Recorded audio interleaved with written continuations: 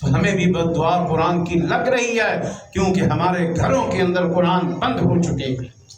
یہ بند قرآن، یہ بہترین غلاف کے اندر خوشبوئیں لگا کر جو بند کر کے رکھتے ہیں، کھولتے نہیں مہینوں مہینے، قرآن پر دعا دے رہے ہوتے ہیں کہ اللہ جس طرح انہوں نے مجھے بند کر دیا، ان کی عقلوں کو بھی بند کر دے، ان کے معیشت کو بھی بند کر دے، اور ان کے سکھ چین کو بھی بند کر دے۔